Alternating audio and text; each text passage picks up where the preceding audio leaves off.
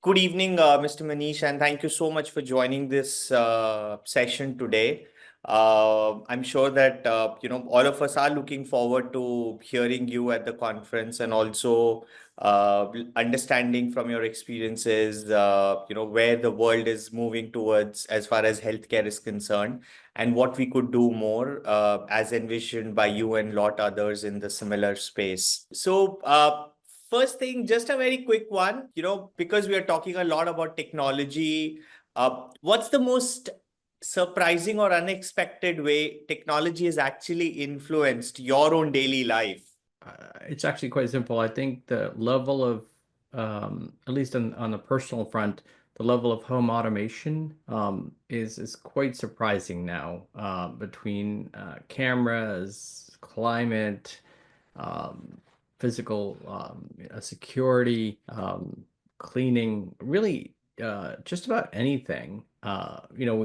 We saw a lot of this envisioned 50 years ago in the World Expo kind of settings, but now you can pretty much automate and run things from halfway around the world, and I have. And so I'll give you an anecdote. I'm a bit of a gardener, and I Okay. put a camera above my garden so I can see how the plants are doing while I'm traveling across the world if they need to get more watered or less watered. So it's fascinating. So yeah. I think you picked up a very interesting example, actually. I loved your example of home automation, definitely, which we may not even have kind of thought about it much. But your garden example was amazing. So thank you so much for sharing that. If I have to, in the similar space, one more question on that front. What's that one tech tool or a gadget you wish existed that could probably have made healthcare more efficient than what are we today? So I think the one gadget or tool would probably be so if you think about how healthcare is delivered, there's a lot of decision making that happens rapidly. It's iterative. Diagnosis is never linear, um, at least as I've observed. And when you observe it that way, what happens is you have a lot of inputs that happen over time. And really good diagnosis of a particular condition happens when multiple specialties confer, especially for those complex things. But they all require lots of input.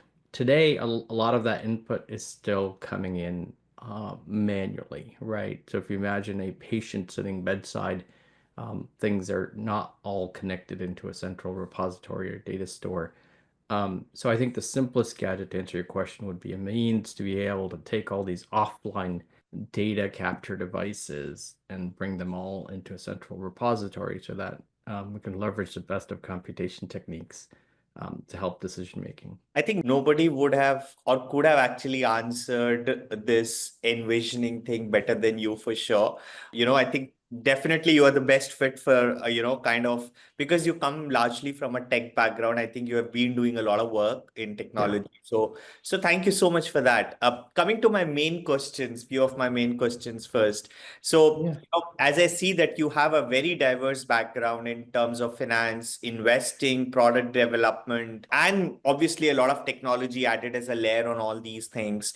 Uh, how have all, these kind of experiences largely influenced your approach to leading healthcare transformation at Mayo Clinic Platform? It's funny. It's a great question. So I in many ways, used to say that everything I've done before this role, allowed me to do this role. I think if I was missing any one piece, so give you an example. So I'm classically trained, as you called out, as an engineer. So I spent 9 years building a public semiconductor company, Broadcom Corporation. Then I spent 7 years doing investing in early stage companies as a venture capitalist, where I really focused on health tech and diagnostics. As an aside, at that time, there were only two pure play health tech investors in all of the United States doing venture. So said another way, there were two venture capitalists who were dedicated to health technologies in 2011 when I jumped into that. So obviously the world's come a long way. And then I went back into an operating role where, I grew from mergers and acquisitions to post-merger integration to running a platform business to, acting as a surrogate for a COO role. And so if you piece all that together in an org chart, you have governance, so been a board member, engineering, product, P&L responsibility, operational responsibility. So when they asked me to jump in and help design the strategy for platform, I'd had 15 years of healthcare experience, but all of those functional experiences that allowed me to think in a different way. And I will just say one more thing. Even though I work for a large academic medical center, my brain always operates in a capitally constrained mode, which means which means capital is scarce. There's always somebody better capitalized than you. There's always somebody smarter than you and has better resources. So when you approach the world that way, it allows you to operate at light speed with little resources, and you attract those kinds of people around you. Thank you for that. I think, as I said earlier, a very unique combination of finance, technology, operations that you have. So, so as this chief operating officer at Mayo Clinic Platform, how do you kind of envision the role of technology and data analytics in transforming patient care worldwide? So the way I would answer this is, first of all, in the mature state, technology should disappear, meaning it should not be the end goal, the thing that you think about. It should just happen as you're doing sort of normal things. And you can point to this sort of happening in every part of your life. New technologies integrated into cars all the time. You don't actively notice it, you just drive. So that's the analogy I would use. And I think we're at this moment where actually those things are going to happen, right? So if you've ever experienced tools that do ambient listening and scribing, those are just happening. And when that happens, it allows clinicians, physicians, nurses, administrators, technicians, everybody to do what they're tasked to do, what they're good at, what they've been trained at, what they're passionate about, and not focus on the piece of technology, right? That's been the rub of EHRs, is that it forces you to operate differently. So I think we're at this cusp of actually the technology folding in to the workflow. So I think as things progress, having the opportunity for these to actually create efficiency, create better quality. So the thing we think about, and to answer your question, if you think about healthcare quality, there's so much smarts in the world that no matter what geography you're in, if you can afford it, you can get to the best quality of care, right? So, but not all quality is the same. So my former CEO used to say there's really good healthcare in the United States. It's just unevenly distributed. So what our goal and platform is to find like-minded partners who want to improve care quality through things like knowledge sharing, through data sharing, through collaborations on research, so that we can all improve our care quality, right? So at Mayo, we see 140 different patients from 140 different countries, but they're small numbers, right, from these countries. Most of our patients are from the United States. Apollo likewise probably sees a lot of patients from India, but maybe a small number of patients from across other countries. If we think about collaborations across institutions like this, we can create things like algorithms and large language models and generative tools or clinical trials that now cover two very distinct patient populations, right? And now if you extrapolate that to the globe, we are at a unique point in time where we actually can create some really interesting collaboration, so that when you're doing that novel research or discovering that drug, you can see if it's going to work for the globe or just a narrow patient population. Yeah, definitely. Yes, we also see a lot of patients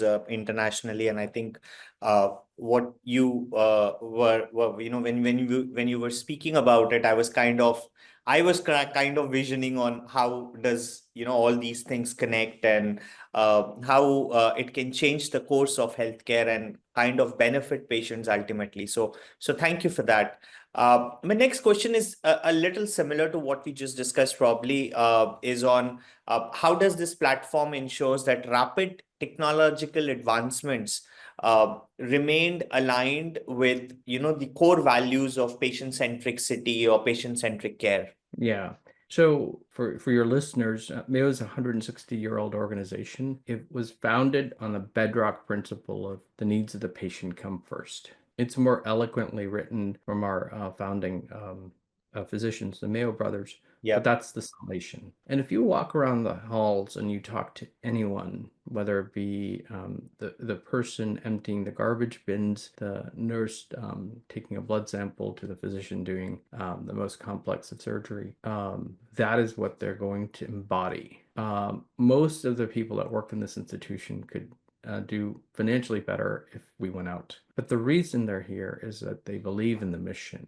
They believe in this model of care, and the model of care is integrated medicine, right? So a couple of other things. Mayo physicians, nurses, administrators, everyone is salaried. No bonuses. There's no stock options. We're not for profit. And so it levels the playing field from a behavior standpoint. With our bedrock principle of the needs of the patient come first, we don't move from that core value. So then when we think about partnerships, new business opportunities, and we think about decisions that are, in the gray area, we always go back to, is this going to help the patient or is this going to help patients? If we can convince ourselves that is the case, then we'll move forward. If not, then we'll walk away or not do that particular relationship. Yep.